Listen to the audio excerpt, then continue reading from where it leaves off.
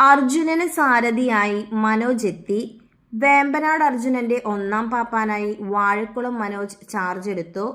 മുൻപ് ഊട്ടോളി അനന്തനാനയിലായിരുന്നു മനോജ് നിന്നിരുന്നത്. അനന്തൻ മദപ്പാടിലായിരിക്കെ ചില കാരണങ്ങളാൽ മദപ്പാടുകാലം കഴിയുന്നതിന് മുൻപേ തന്നെ മനോജ് ആനയിൽ നിന്നും ഒഴിവായിരുന്നു. ഇപ്പോൾ വേമ്പനാട് അർജുനന്റെ ഒന്നാം പാപ്പാനായാണ് വാഴക്കുളം മനോജ് ചാർജ് എടുത്തിരിക്കുന്നത്. കുറച്ചു ദിവസങ്ങൾക്ക് മുൻപ് തിരുവിഴ കുഞ്ഞുമോൻ ചേട്ടനായിരുന്നു അർജുനന്റെ പാപ്പാനായിരുന്നത്.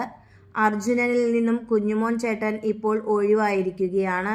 വേറെ ഏതാനയിലാണ് കുഞ്ഞുമോൻ ചേട്ടൻ കയറിയിരിക്കുന്നതെന്ന് അറിയാൻ കഴിഞ്ഞിട്ടില്ല. വേമ്പനാട് അർജുനനും വാഴക്കുളം മനോജിനും നല്ലൊരു സീസൺ ആശംസിക്കുന്നു. ഈ കൂട്ടുകെട്ട് ദീർഘകാലം നിലനിൽക്കട്ടെ.